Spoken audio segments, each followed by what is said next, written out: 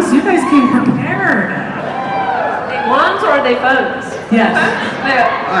Well, you know they are wands now, right? Yeah. You can turn on your light with Lumos. Did you know that? Pretty good. I believe we already have quite the line of questioners, so I'm just going to let them get started because that's about you guys. Oh, okay. Whatever you want. Hi. Hi there. My question is specifically for Bonnie, which will make Excellent. sense. Keep going. Jason a question. No, it's fine. No, hold for Bonnie. My voice is gone. Okay, so my understanding is you were reading the books as they were coming out. So I was wondering if you could take us back to when Half-Blood Prince came out, the sixth one, and you realized Ginny was going to play a bigger role in Harry's life, specifically a romantic one. But what was that, I guess just what was it like? Were you nervous? And just kind of the transition, because Ginny actually has a very small role in the first film, and then coming into more of the forefront in the sixth film. Maybe what that was like. Yeah, good question. I guess for all of us, we didn't know the fate of our characters, which I guess was good and bad, because there was the excitement and the adrenaline, but also every time a book came out, you kind of were hoping that you survived and lived. But I, in my family, was the slowest reader, and my brother was the fastest reader. So he always used to wind me up and be like, oh, have you got to page 264? I'm like, oh no, what happens then? So I was the last to find out in our family what Ginny was doing. But it was always hard too when I read the books, because I was reading them as a fan and wanting to know what happened to all of the characters. But then I was obviously also reading it knowing that this could be, you know, what I had to film. So it was always like reading it with two minds. But I guess there had been subtle kind of clues and moments to believe that Ginny and Harry maybe, you know, would end up together. I mean, maybe more in Ginny's hopes. Obviously, as we know that she. Were you hoping for a big kiss? Were you hoping for a big kiss? That's what I wanted. But I was obviously excited, but I was also nervous. I mean, obviously. The position of, you know, everyone loves these characters so dearly and everyone has their relationship to them, so to then be in such a big moment for my character, it was a real mix of emotions for me. I was, excited but terrified as well. But I was also grateful. I feel like Ginny had such a cool character arc.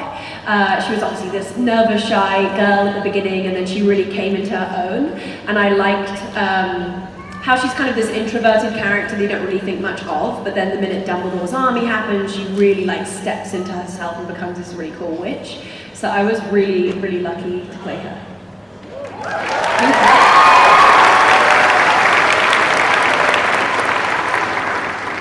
Hello, I would love to know what your favorite Maggie Smith moment was.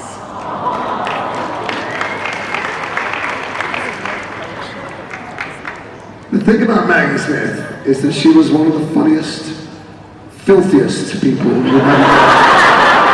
And literally none of my favourite Maggie Smith moments are appropriate to repeat in this room.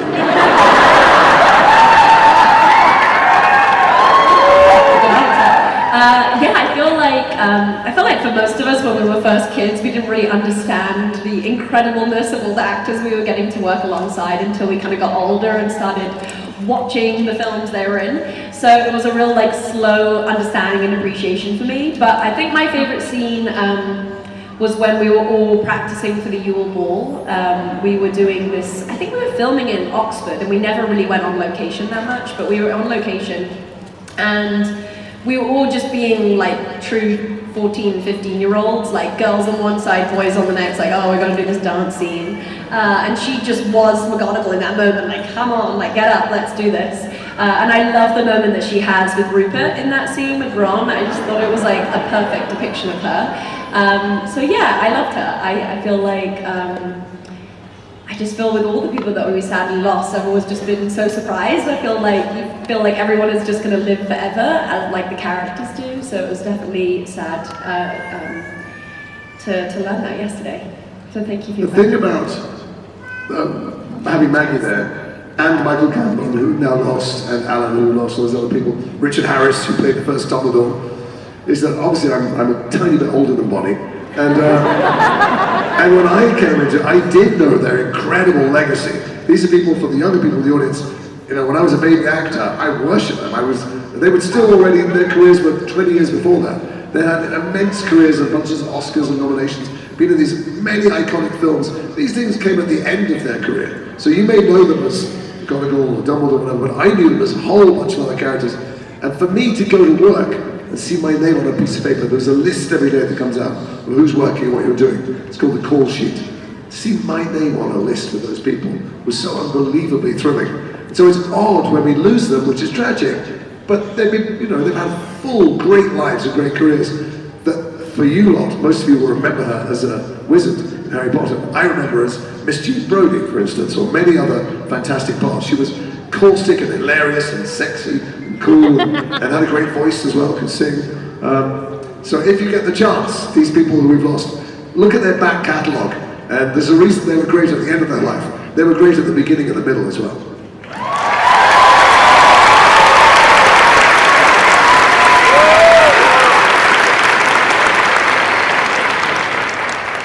My question is for both of you. What was your favorite movie to film, and like what part of that movie was your favorite part of it? Ooh. You're not allowed to say the scene with me. I was going to say that. Sure you were. Lots. It was a favourite of mine, and it happens to have our scene in it, Right. Chamber of Secrets. Yeah, I love Chamber of Secrets. For me, it was the first time I was in that world, and I'll let you into some secrets. When you make movies, normally, they just build the little bits of the set that you're going to see. So if they're going to see in that direction, they just build that wall. You know, behind it is nothing. And they don't build ceilings and stuff. But because they were going to make all the movies, they built the whole Hogwarts.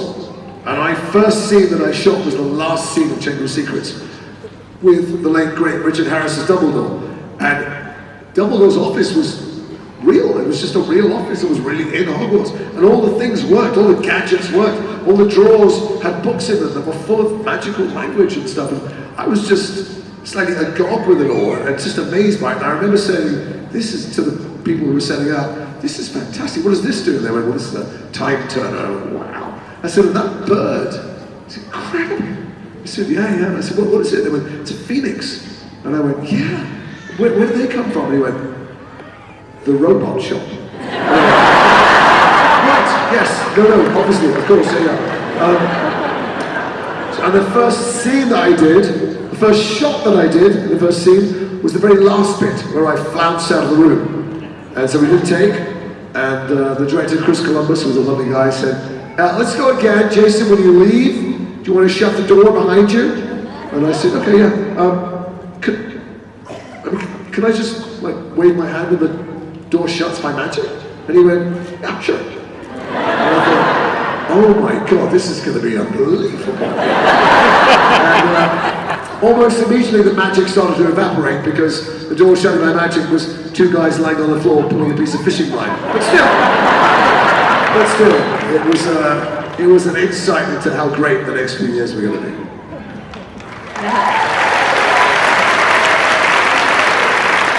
For me, it probably, all of them had their own unique memories, but for me, obviously, Chamber of Secrets as well was this real big moment for Ginny. She suddenly is in really pivotal moment in the narrative with Tom Riddle's diary, and although I did lie dead You mean when she's so stupid she doesn't realise I know. the book is in her bucket? You put in my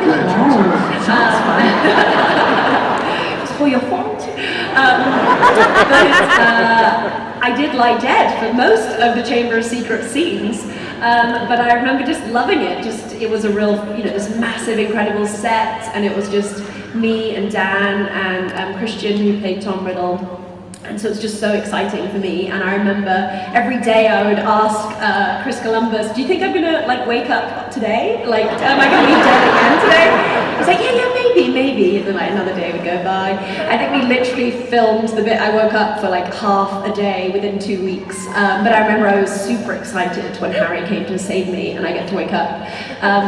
So yeah, that was a really important movie for me. It really became, not was I just stepping on platform 9 3/4, but I was actually beginning to learn what acting was, rather than just being a kid on set. Thanks for your question.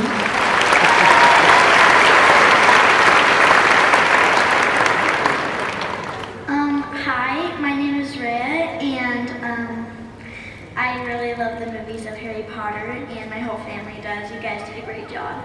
And my question is, if you guys lived in the world of wizardry, which thing would you like to do?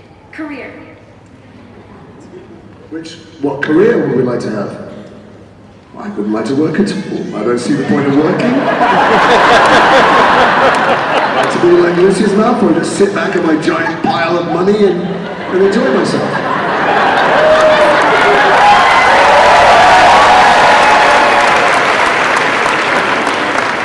Someone asked me a similar question recently, and I hadn't ever thought about it, but we decided I love to be in the outdoors, go camping, go hiking, and I loved the Weasleys' tent in the Goblet of Fire when they went to the Quidditch World Cup. So I think I would have a shop selling those magical tents or creating adventures with those cool tents, is what I would do.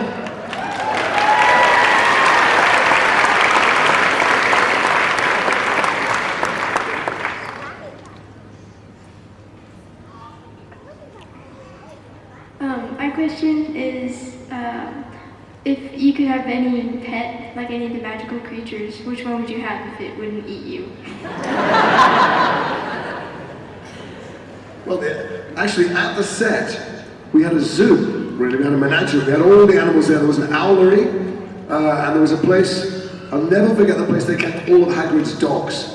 Because there were a bunch of them, and these are the biggest dogs around, biggest, meanest dogs around. They're the dogs they used to have in war. When Shakespeare said, let's slip the dogs of war, they used to send them in front of the cavalry to scare people and bite people.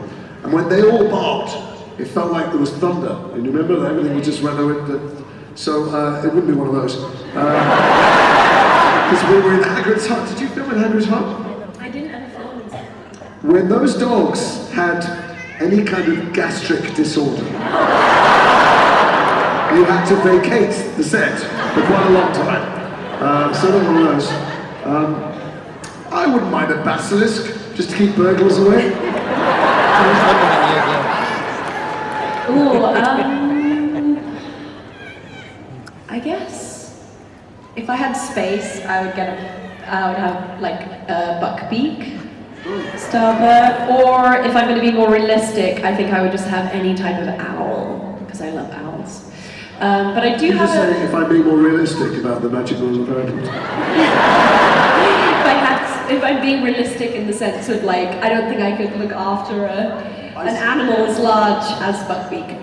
That'd be a lot of work, I'd need a stable and all those things. But I love owls. But I feel like I have owls that live around me, but they're not, I don't get to communicate with them as much as you would with your own owl. I don't like to say pet, but an animal owl. Yeah. Thank you. Thank you. Hi.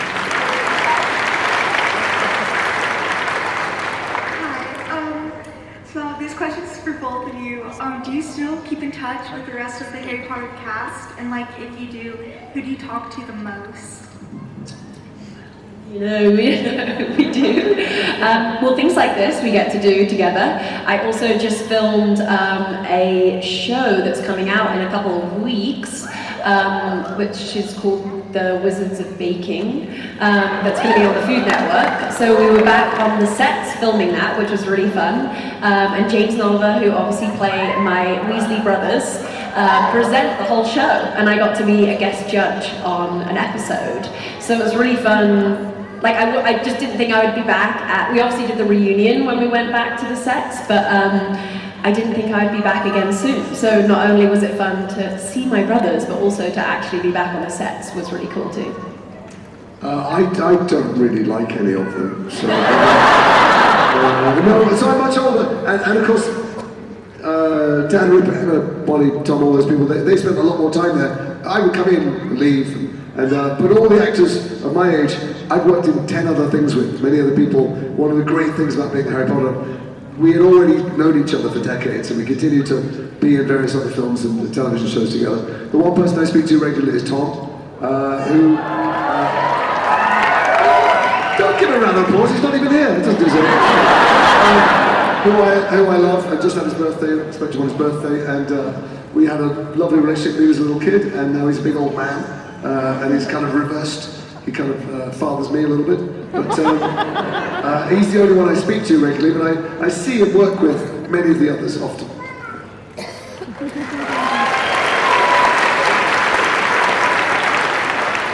This is a question that me and my friend have been going around and asking everybody. If there Makes us feel really special. If there was going to be one more book that you could ever read, what book should that be? It does not have to be Harry Potter. But if there was one more book you would have to read, what book would it need to be? Like one book we've read already that would be... Yeah, it could be a book you've already read or a book that you want to read. Like before we die. Yes, essentially. Maybe the longest book ever written. Or like, yeah, never gonna get any more books ever. No books ever. If there was one more book you had to read, the Encyclopedia Britannica or something like that. I don't know. Something like fantastical and mystical. I'm now thinking more about the fact that I'm dying and how the world is coming to an end. Yeah. The book I want to read. I felt the world was coming to an end. There are other activities I might want to engage with. I've been reading. You could read Bonnie's book. I can read Bonnie's book. Bonnie's written a fantastic book. That's correct. How to Save the Planet, so that it's not going to be over before we read another book. That's true. What's it called? It's called Go Gently, Actionable Steps to Nurture Yourself and the Planet. Go Gently. There you go. That book. I wouldn't personally read that book myself, but no, I mean as I'm dying. No, I mean for myself before my death, I probably wouldn't read that book. It would be a bit too egotistical. But I don't know. I like sci-fi books, I like fantasy, I like YA type stuff. So something that would like transport me to somewhere else, so my mind can be taken off. I don't want the world to come to an end. I don't want to have to read just one more for it's over. I'm not engaging with this. I'm not going to get any more real estate in my brain. I refuse. I will not. Thank you for the question.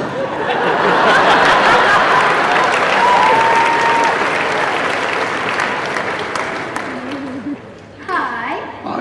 I'm a huge fan of Harry Potter. My question is for you, Bonnie.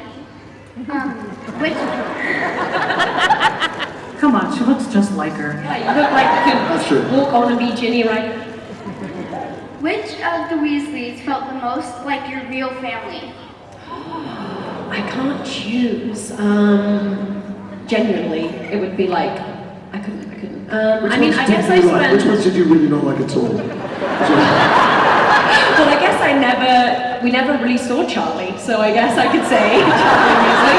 And obviously Percy turns on us at the end, so... but I spent the most time with Rupert and James and Oliver, who played Fred, George, and Ron. So I have a close relationship with them, really close. And also, I've always been so grateful that my lovely mother, Julie Walters, who played Molly Weasley, like fully saw how lost I was on my first day of filming, and she just kind of put me under her arm and was like, I'll show you what to do, and you need to stand here and do that. And I had absolutely no idea what was happening. So I'm very grateful that she became my real little mother, and yeah, I loved her. So thank you.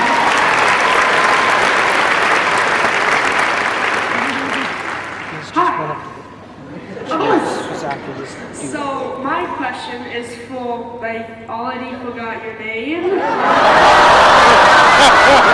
I answered to that, that's okay, sure. So I'm not sure, but I think that you originally auditioned for, I think it was Lockhart. Correct, yeah. And you ended up getting Lucius. If you actually had the chance to become Lockhart, would you take it over becoming Lucius? If I had a time turner, actually some lovely people gave me a time turner today. If I could go back and play the part of Jason Isaacs and Lockhart, I'd be an idiot to take that part because Lucius was in 6 of the films and Lockhart was in and gone. So, I'll tell you how it happened. I went into audition for Lockhart, and I did my audition, which was, just in my opinion, completely brilliant. And And it was so good that the director said to me, would you consider reading for a different part? And I thought, oh my God, he wants me to play 2 parts? That's unbelievable. I mean, how's that going to work? And I said, which part? He said, Lucius Malfoy. And I said, well, I didn't read that. He goes, well, you want to go outside and read it? And I said, yeah. So I went outside. I realized on the walk, no, wait, he's not saying that at all. He's saying, would you play this part instead, audition for this part instead? And I phoned my agent when I was outside, and I said, these people want me to audition for a different part. And he said, well, do it. And I went, no, I don't want to. He said, why? And I said, I was about to go off and play Captain Hook for a year in Peter Pan. And I thought, thanks, I love a mild ripple of applause. Anyway, I said, I don't want to play 2 villainous bad guys in children's films. I don't want. He goes, look, just audition for it.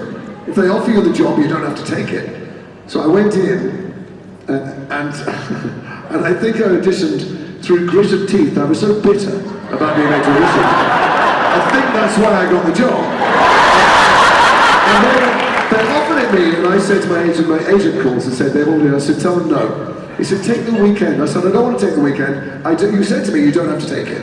Just tell them no. He said, just wait till Monday. And over the weekend, my godchildren called me, my nephews and nieces called me, and then almost complete strangers called me, and they all begged me to take it. Not because they care about my career, but because they all wanted to come and visit the set. And so I took the job, and thank God they were all smarter than I was, because I'm still sitting in our body. And my name's Jason.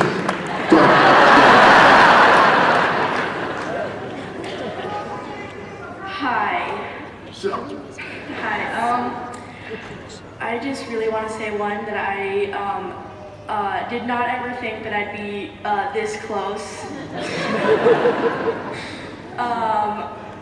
I am honored to be in your presence. And so my question is, after reading the Harry Potter books, what was your favorite character? It's a good question. I used to love, well, 2 characters. I loved Sirius Black and Hagrid. I guess they kind of offered something to Harry, this kind of like safety. There wasn't necessarily like the Dumbledore type safety overlooking the whole of Hogwarts, but this kind of like uncle figure for Harry that he never had. And so I really liked those 2 characters. And I was very sad that Sirius Black didn't join us through all the stories. So I was very sad when he left. But they're my 2 favorites.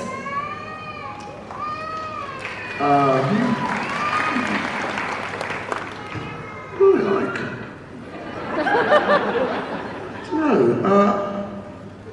I always feel for the bullies. You know, and it's a strange thing because I played one in the film. But Harry's hideous cousin that he lived with. Dudley. I always knew from the first page something really, he was going to have the most awful time. And, you know, because Jo set him up. He was such a monstrous little kid with monstrous parents. Just like Draco is a monstrous little kid with monstrous parents. And I thought, it's going to end badly for him, I felt. And he just needed a bit of help and some different parents. All the kids have bad parents in it. You see where their bad behavior comes from. That's what I thought my job was when I played Lucius, was to show you, explain why Draco was such a horrible little kid, because there was no love at home. So I didn't like him, but I just remember thinking, oh, what's going to happen? I was just wincing, thinking, this is not going to end well for him. That's what I thought.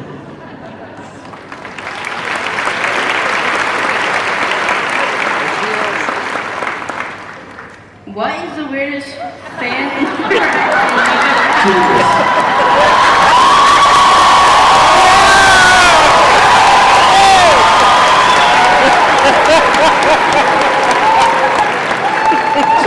Said I think because I was just admiring. What was the weirdest fan interaction you've ever had?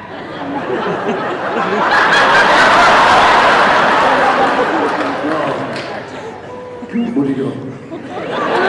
I've got many things that are totally inappropriate for children. I always find it wild when people get like actual like portrait faces tattooed.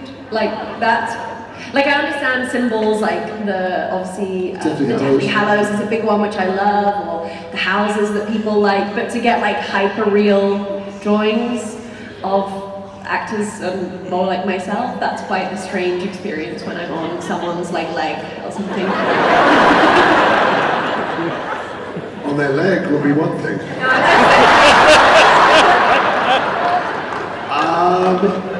So I've had a stalker a couple of times and a lot of time in court with the police. That was kind of strange and not fun. But I remember way before Harry Potter, before I'd really been in anything that was very big, I'm not even sure I'd been in The Patriot, which was quite big. I've been in some films. I was on a red carpet for something somewhere, and the lady said, okay, don't be freaked out by this, which is something you never want to hear. And I went, okay. And she unbuttoned her shirt, and she had a big fan, you know, like people fans are, tattooed across her chest with Jason Isaacs' #1 fan across there. And she went, I know you think that's weird. And I went, no. See it every day. So yeah, the tattoos are the weirdest ones. The tattoos are very, very strange. And I beg you not to do it anymore, anyone. Because the first time someone said, will you sign my arm? I went, well, that's going to come off. And they went, oh, no, it won't. And they went and had it tattooed. And now I beg people not to do it at the table. Yeah. Thanks. Thank you.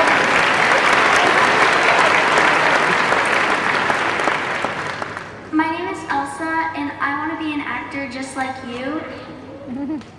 When you got the role of Ginny, what did you think? Well, I'm sorry.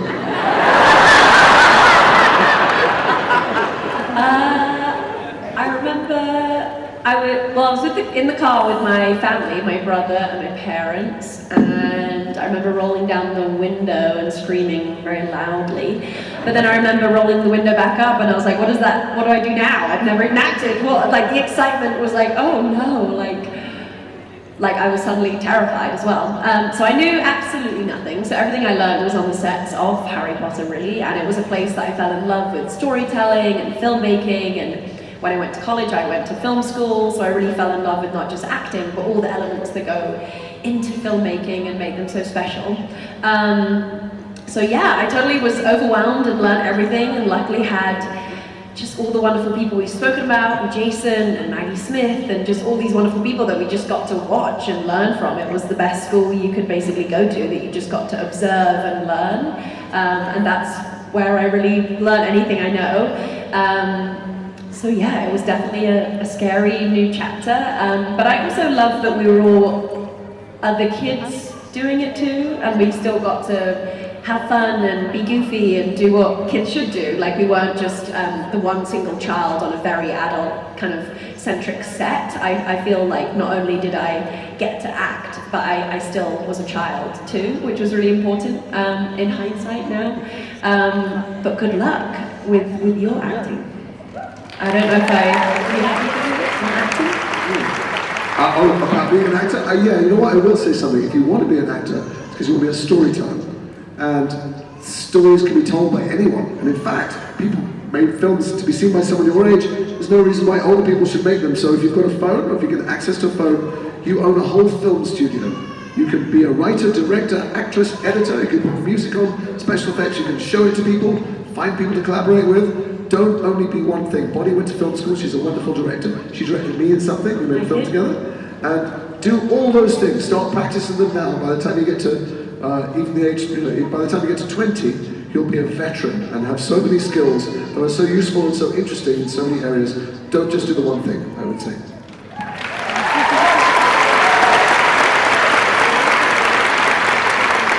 So just arriving now.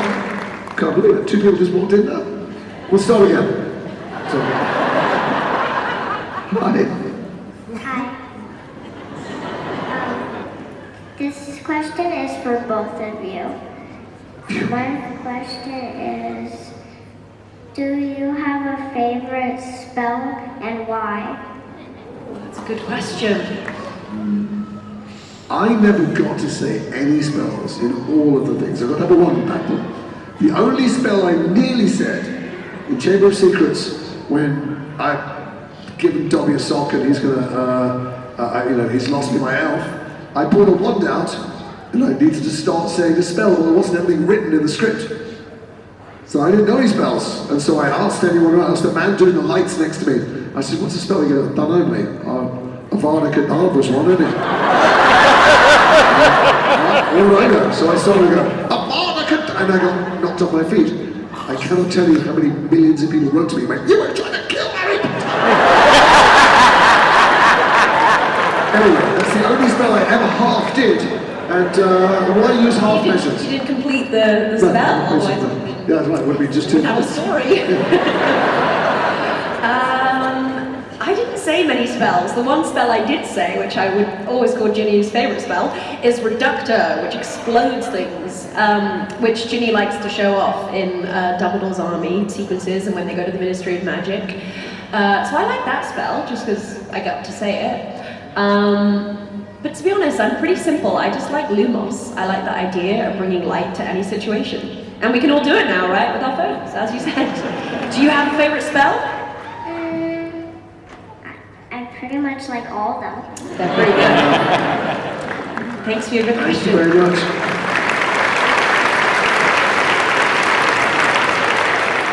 We have time for just a few more questions. So they better be really good. No pressure. I'm sure it's going to be great.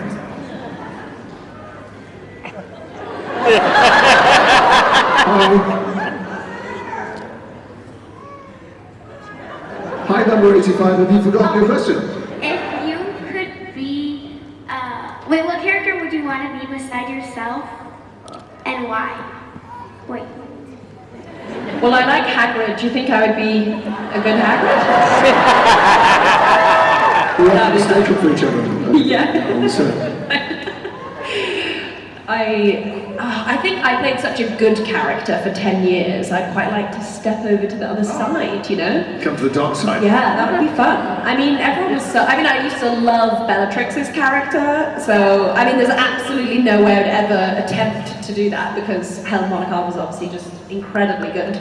But I loved Bellatrix, so it would be fun to play on the darker side of it. Yeah, I'd like to be Hermione.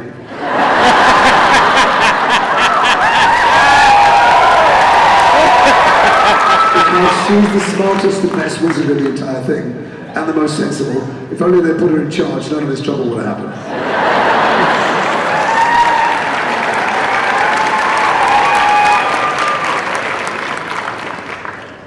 Hi, my name is Dash.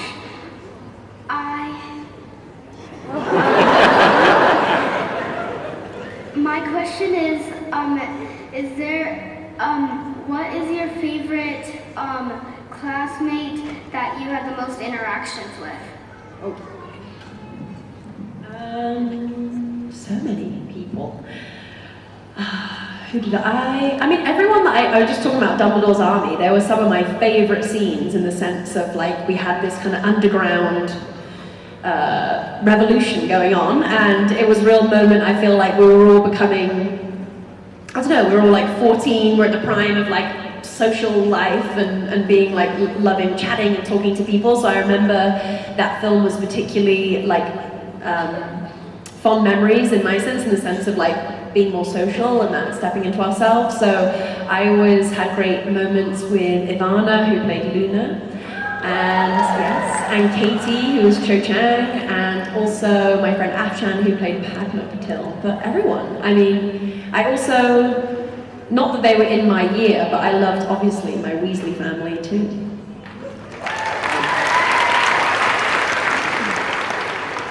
I loved all my scenes with Tom. I loved how we changed over the years with each other, and I watched him get so fabulous and complicated as an actor, and I just liked him. He was a really nice boy, and I liked hanging out with him. He allowed me to be with the young people, and to be with him, and didn't treat me like I was some irritating old person, so would ask me for advice on the scene, which I liked.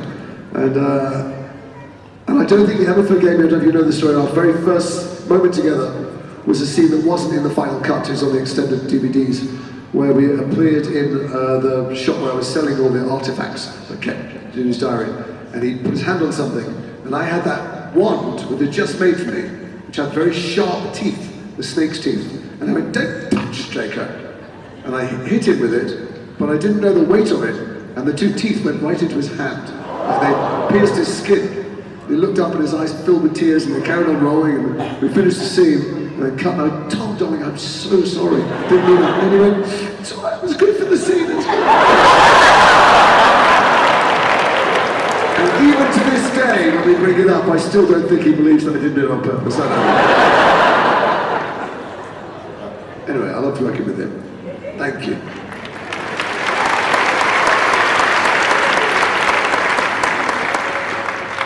My name is Christiana. I was wondering if there's a specific moment from filming that has stuck with you after all this time and you'll always remember.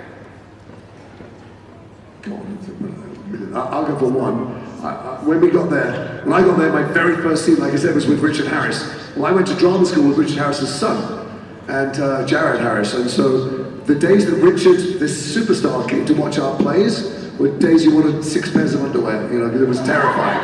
And so, to do a scene with him, my first scene, I was very, very nervous. And I got there, I chatted to him, and I said, oh, you know, I was at drama school with Jared, and he was very friendly with me. He started telling me these outrageous, terrible, scurrilous stories. He was a famous wild man of the 60s, kind of hellraiser, and he was telling me these stories. I kind of curled my hair, and they went, all right, we're ready to go on the set. And I went, oh, and we stepped up on the set, and the very first shot we did was just him going, it was meant to be him going, thank you, Lucius, that'll be all, and dismissing me, something like that. So we stood, I got on the set, a bit nervous your first day, your first shot was like 5 cameras, and they go, and cameras aiming, and I don't know, mark it, and they all the clap awards go, and they go, action. And I look at him, and all he's got to say is, thank you, Mr. Bill, and he doesn't say anything. He doesn't say anything. And he still doesn't say anything, and I think, this is a very long silence. Oh my God, he's forgotten his line. And I'm not telling 83-year-old Richard Harris he's forgotten his line. This is a terrifying guy, and it goes on with this silence forever. And I think someone's got to say something to him. This is so wrong. It's cruelty, it's elder abuse. You know, and then I start to think, oh Christ, what if it's my line? I was so distracted by him telling me these stories. It's my first day on the first set, the first scene, and I can't remember a line. They're all standing there going, what kind of guy is this? What's the matter with him? And just as I start to really panic, and the sweat starts pouring off my teeth, and my eyes start switching, he goes, thank you, Lucius, that'll be all. And I thought, you old bastard.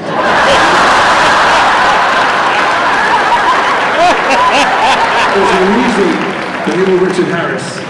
And you waited till I was panicking. And I'll never forget that moment. I'm sure it made for a great, perfect performance. It's hard to choose from 10 years of experience, but I would just say anything in the Burrows, the Weasley house. I absolutely love that set. If I could just sneak onto it for one last moment and just hang out there for hours, I probably would. And Jason mentioned it a bit before, but all the sets that they designed and made on Harry Potter were incredibly detailed. Like, they left nothing, you know, to be left imagined. And there was no, I loved one detail when they were designing the Burrows, there was no straight line. Like, everything is slightly, like, kind of angled and higgledy-piggledy, and kind of like each year they would sort of do a little kind of add-on to the set. So it was like this almost like living thing. And I just love that attention to detail that Stuart Craig, the designer who designed all the sets, brought to it. So yeah, that has a fond place for me. Any film, any scenes I did in the Burrows. Thanks. We are on a tight schedule, so we will have to have this be our last question. I know we could all be here for hours. Pressure. Okay. I'm Lara, but this question was representing my nieces and nephews and my sister Megs, who were reading the books and then watching the movies together. Of course, we all want to know if The Cursed Child is actually going to be made into a movie. You probably can't answer that, but related to it, we're really curious, if you were to do the movie, what would you enjoy most about it? Well, I know more than you do, and as yet, there is no plan at the moment to make Cursed Child, but that would be good. I loved seeing I never read it, but I did see the actual play, and I personally loved it as a stage play, because the sort of like practical theatre magic that they do on set was just so cool and different to what we did, which obviously relies more heavily on like sort of after effects and things. So it'd be hard to sort of reimagine it for screen, because I loved it theatrically, but I'm afraid I don't have any more intel than you. I'm not in it, so I don't see why anyone wants to make it into a film, frankly. Ladies and gentlemen, Bonnie Wright and Jason!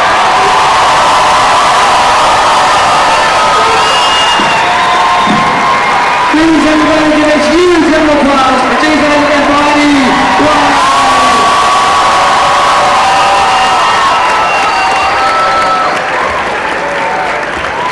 All right, guys, coming up next, we got Disneyland Secret.